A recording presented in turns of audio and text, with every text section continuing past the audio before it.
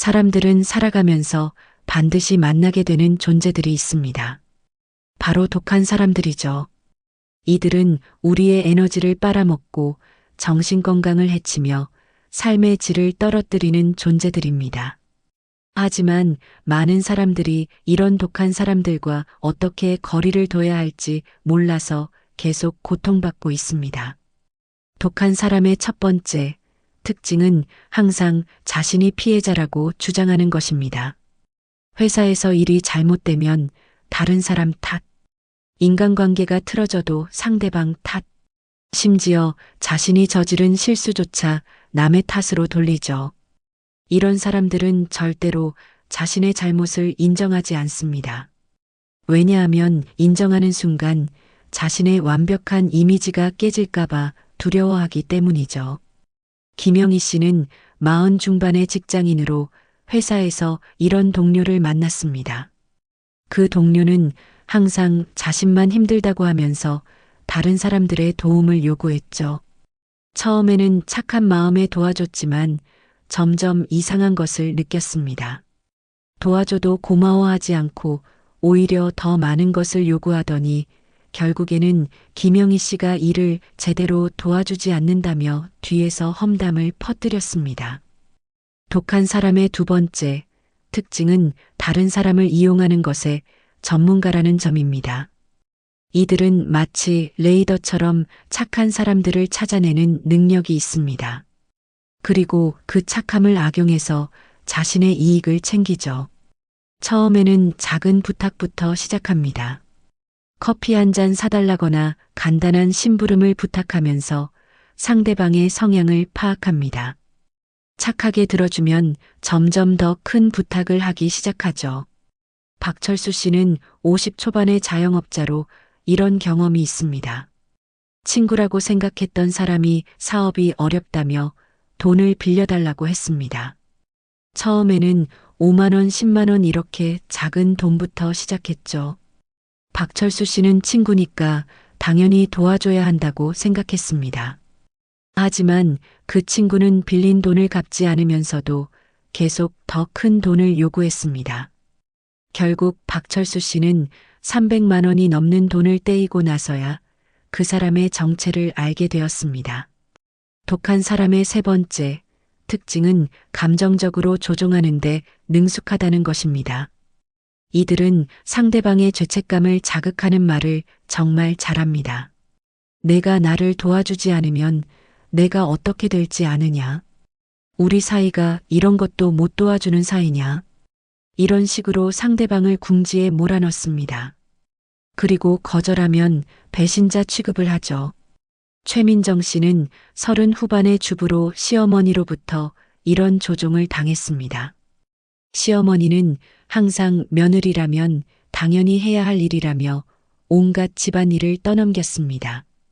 거절하면 효도도 모르는 며느리라며 남편에게 고자질을 했죠.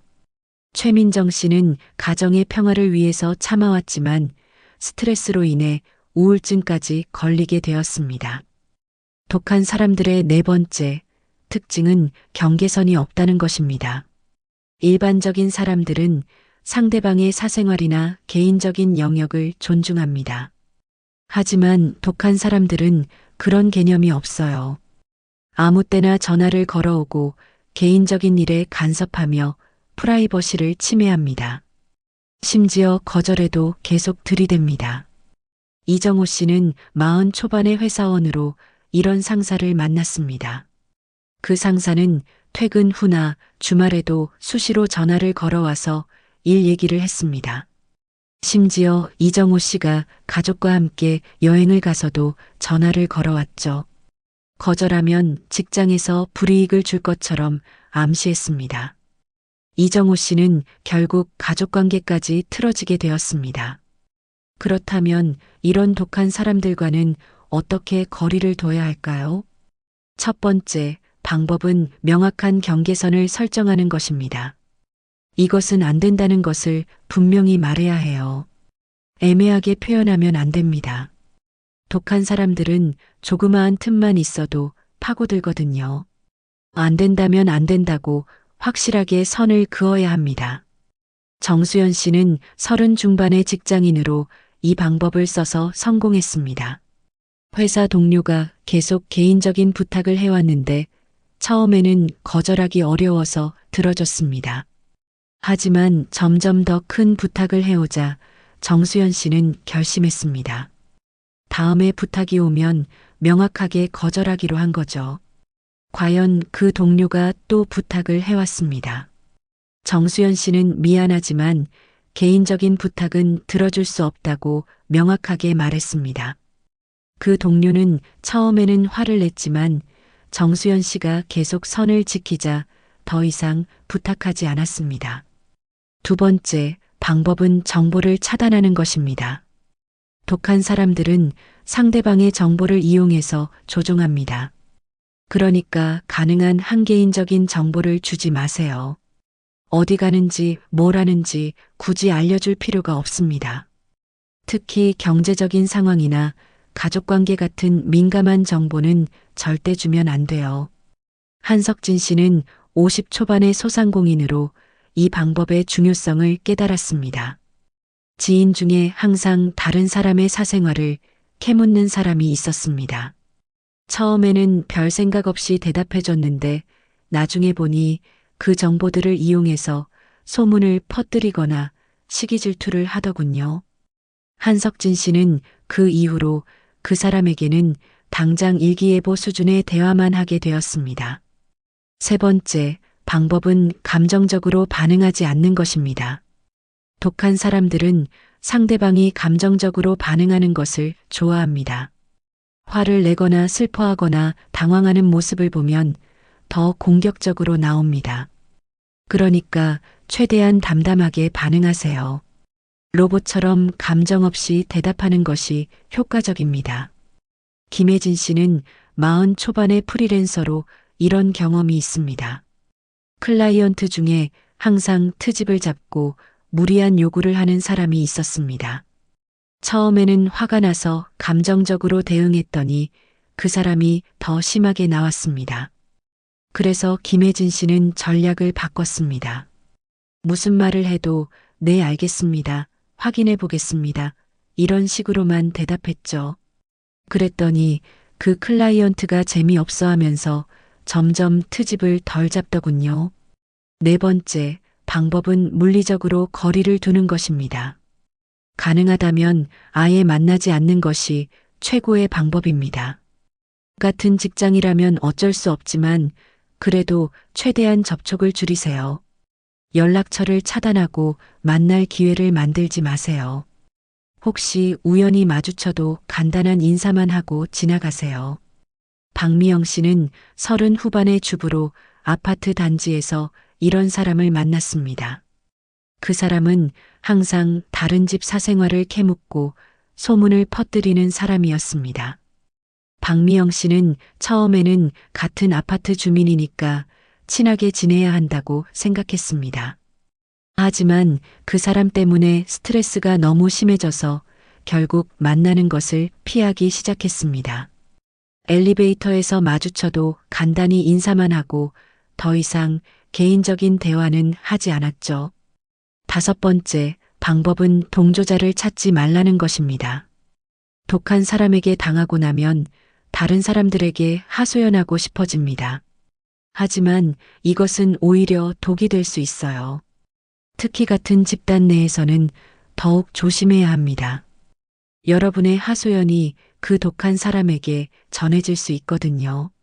그러면 더 큰 보복을 당할 수 있습니다. 최영수 씨는 40 후반의 직장인으로 이런 실수를 했습니다. 상사가 너무 독해서 다른 동료들에게 하소연했습니다.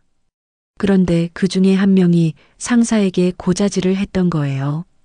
결국 최영수 씨는 더 큰 미움을 사게 되었고 직장 생활이 더 힘들어졌습니다. 그 이후로는 직장 내 문제는 직장 밖에서만 얘기하게 되었습니다. 여섯 번째, 방법은 자신의 가치를 높이는 것입니다. 독한 사람들은 자신보다 약해 보이는 사람들을 타겟으로 삼습니다. 그러니까 여러분이 만만해 보이면 안 됩니다. 자신감을 갖고 당당하게 행동하세요. 그리고 실제로도 능력을 키워서 대체 불가능한 사람이 되는 것이 중요합니다. 이승현 씨는 30 후반의 개발자로 이 방법을 실천했습니다. 회사에서 팀장이 계속 괴롭혔는데 이승현 씨는 참는 대신 자신의 실력을 키우는데 집중했습니다. 새로운 기술을 배우고 프로젝트에서 좋은 성과를 냈죠. 그러자 팀장도 함부로 대하지 못하더군요. 결국 이승현 씨는 더 좋은 조건으로 다른 회사로 이직할 수 있었습니다. 7번째, 방법은 법적인 보호막을 활용하는 것입니다. 만약 독한 사람의 행동이 법적인 선을 넘는다면 주저하지 말고 법적인 조치를 취하세요. 협박이나 스토킹, 명예훼손 같은 행위는 엄연한 범죄입니다. 증거를 수집하고 필요하다면 경찰이나 변호사의 도움을 받으세요. 조민호 씨는 50 초반의 자영업자로 이런 상황을 겪었습니다. 전 직원이 퇴사 후에도 계속 가게 앞에서 시위를 하고 손님들에게 악성 루머를 퍼뜨렸습니다. 조민호 씨는 처음에는 시간이 지나면 포기할 줄 알았는데 오히려 더 심해졌습니다. 결국 변호사와 상담 후 법적 조치를 취했고 그제서야 그 일이 해결되었습니다. 8번째, 방법은 자신만의 지지체계를 구축하는 것입니다. 독한 사람들과 싸우는 것은 정말 힘든 일입니다. 혼자서는 감당하기 어려워요. 그래서 믿을 만한 사람들과의 관계를 잘 유지해야 합니다. 가족이나 진짜 친구들과의 시간을 소중히 여기세요. 이들이 여러분의 정신적인 버팀목이 될 거예요. 김은정 씨는 40 중반의 직장인으로 직장에서 심한 따돌림을 당했습니다. 동료들이 단체로 김은정 씨를 배제하고 험담을 퍼뜨렸죠. 김은정 씨는 너무 힘들어서 우울증까지 걸릴 뻔했습니다. 그런데 가족과 오랜 친구들이 계속 지지해주고 격려해줘서 버틸 수 있었습니다. 결국 김은정 씨는 그 직장을 그만두고 더 좋은 곳으로 이직했습니다. 9번째, 방법은 자신의 마음을 다스리는 것입니다. 독한 사람들 때문에 상처받는 것은 어쩔 수 없지만 그 상처가 여러분의 인생을 지배하게 해서는 안 됩니다. 명상이나 운동, 취미 활동을 통해서 마음의 평정을 찾으세요. 그리고 그 경험을 교훈으로 삼아서 앞으로는 더 지혜롭게 대처할 수 있도록 성장하세요. 한정민 씨는 30 후반의 회사원으로 상사의 가스라이팅 때문에 자존감이 바닥까지 떨어졌습니다.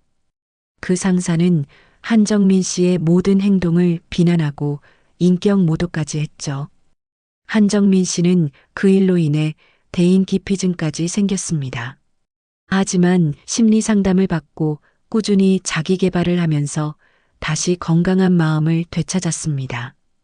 10번째, 방법은 예방이 최선이라는 것을 기억하는 것입니다.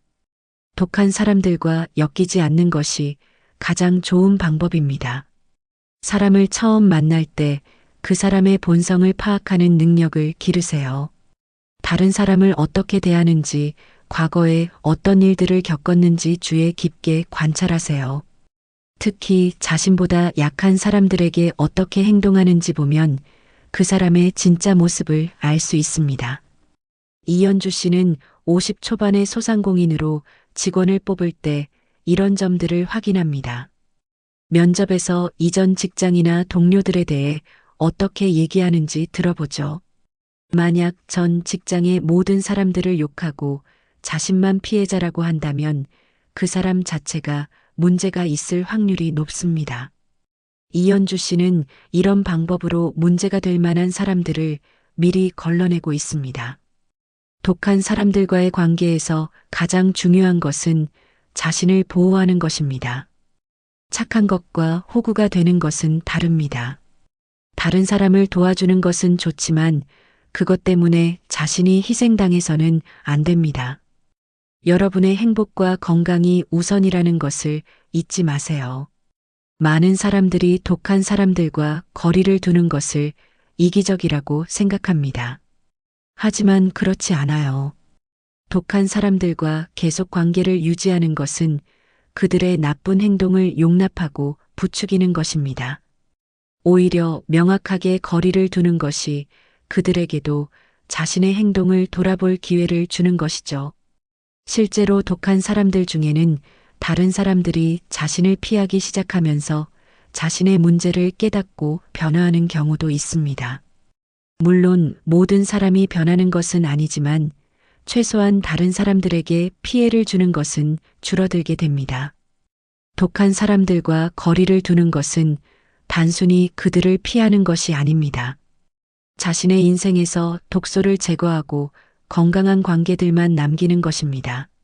시간과 에너지는 한정되어 있으니까 소중한 사람들에게 쓰는 것이 맞죠. 여러분 주변에도 분명히 독한 사람들이 있을 겁니다. 그들 때문에 스트레스 받고 있다면 이제는 행동에 옮길 때입니다. 처음에는 어려울 수 있지만 분명히 여러분의 삶이 더 평화로워질 거예요. 독한 사람들과의 관계에서 벗어나는 과정은 생각보다 복잡합니다. 왜냐하면 이들은 여러분이 떠나려고 할 때 더 강하게 붙잡으려 하기 때문이죠. 갑자기 친절해지거나 예전처럼 좋은 시절을 들먹이며 죄책감을 자극합니다. 이럴 때 절대 흔들리면 안 됩니다. 강민수 씨는 40 후반의 회사원으로 이런 경험을 했습니다. 독한 상사와 거리를 두기 시작했더니 그 상사가 갑자기 태도를 바꿨습니다. 회식 자리에 불러서 과거에 얼마나 강민수 씨를 아껴줬는지 얘기하더군요. 하지만 강민수 씨는 흔들리지 않고 계속 선을 유지했습니다. 결국 그 상사도 포기하고 다른 타겟을 찾아갔죠. 독한 사람들은 또한 다른 사람들을 이용해서 여러분을 되돌리려고 합니다. 공통 지인들을 통해서 여러분이 너무 냉정하다는 식으로 압박을 가하죠. 이럴 때도 여러분의 결정을 확고하게 지켜야 합니다. 다른 사람들이 이해하지 못할 수도 있지만 여러분의 행복이 더 중요합니다. 유미선 씨는 30 중반의 직장인으로 독한 친구와 관계를 정리했습니다. 그런데 그 친구가 공통 친구들에게 유미선 씨 욕을 하더군요. 유미선 씨가 변했다며 예전처럼 착하지 않다고 했습니다. 처음에는 다른 친구들의 시선이 부담스러웠지만 유미선 씨는 자신의 선택을 후회하지 않았습니다. 시간이 지나면서 진짜 친구들은 유미선 씨의 상황을 이해해줬습니다. 독한 사람들과 거리를 두는 과정에서 가장 어려운 것은 외로움입니다. 그들과 관계를 끊으면 일시적으로 인간관계가 줄어들 수 있거든요. 하지만 이것은 새로운 건강한 관계를 위한 공간을 만드는 과정입니다. 독한 사람들이 차지하고 있던 자리에 좋은 사람들이 들어올 수 있어요. 조성호 씨는 50 초반의 자영업자로 독한 사업 파트너와 결별했습니다. 처음에는 사업도 어려워지고 인맥도 줄어들어서 후회가 되었습니다. 하지만 그 이후에 정말 좋은 사람들을 만나게 되었죠. 신뢰할 수 있는 새로운 파트너도 생기고 사업도 더 잘 되기 시작했습니다. 조성호 씨는 그제서야 독한 파트너가 얼마나 자신의 발목을 잡고 있었는지 깨달았습니다. 독한 사람들과의 관계를 정리하는 것은 여러분의 자존감 회복에도 큰 도움이 됩니다. 이들과 함께 있으면 자꾸 자신이 문제가 있는 사람인 것처럼 느껴지거든요.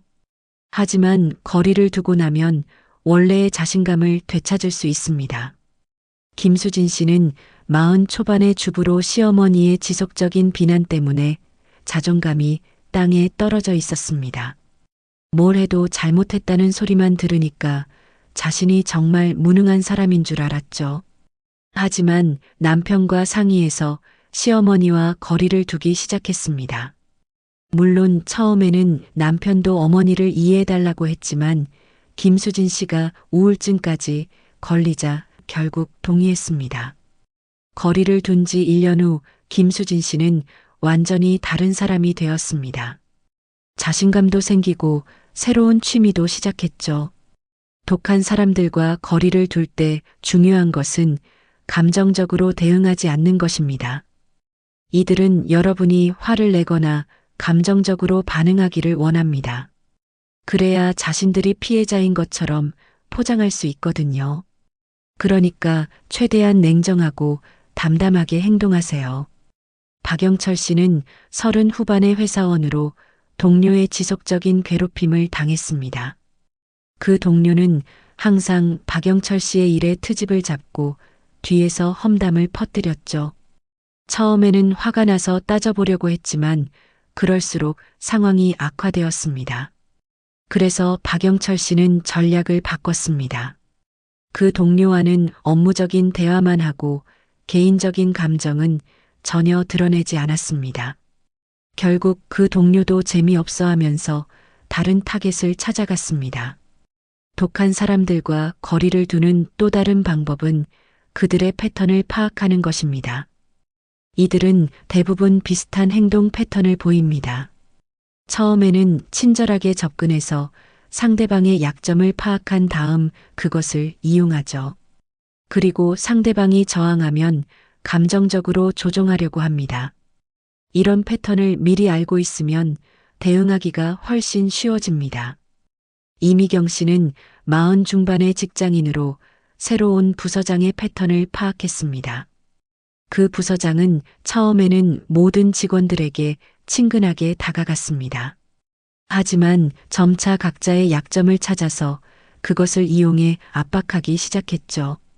이미경 씨는 이런 패턴을 일찍 간파하고 개인정보를 최소한으로만 공유했습니다. 덕분에 다른 동료들처럼 고생하지 않을 수 있었습니다. 독한 사람들과의 관계에서 가장 중요한 것은 자신의 직감을 믿는 것입니다. 뭔가 이상하다는 느낌이 들면 그것은 대부분 맞습니다. 하지만 많은 사람들이 착한 사람이 되고 싶어서 그런 직감을 무시하죠. 이것은 정말 위험한 일입니다.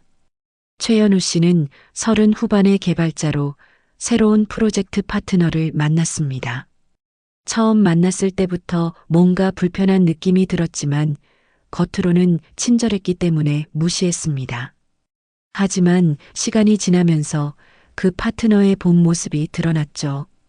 약속은 지키지 않으면서 최연우 씨에게만 책임을 떠넘기더군요. 최연우 씨는 그때 처음 느꼈던 직감이 옳았다는 것을 깨달았습니다. 독한 사람들과 거리를 두는 것은 단순히 그 사람과의 관계만 정리하는 것이 아닙니다. 여러분의 인생관과 가치관을 정립하는 과정이기도 해요. 어떤 사람과 함께할 것인지, 어떤 관계에 시간과 에너지를 투자할 것인지 결정하는 것이죠. 독한 사람들 때문에 상처받은 경험이 있다면 그것을 교훈으로 삼으세요. 앞으로는 더 현명하게 사람을 판단하고 건강한 관계를 만들어갈 수 있을 겁니다. 그리고 같은 상황에 있는 다른 사람들을 도와줄 수도 있어요. 기억하세요. 여러분에게는 건강하고 행복한 관계를 선택할 권리가 있습니다. 독한 사람들의 희생양이 될 필요는 없어요. 용기를 내서 자신을 보호하고 더 나은 인생을 만들어 가세요. 여러분의 행복이 무엇보다 소중하다는 것을 잊지 마시기 바랍니다.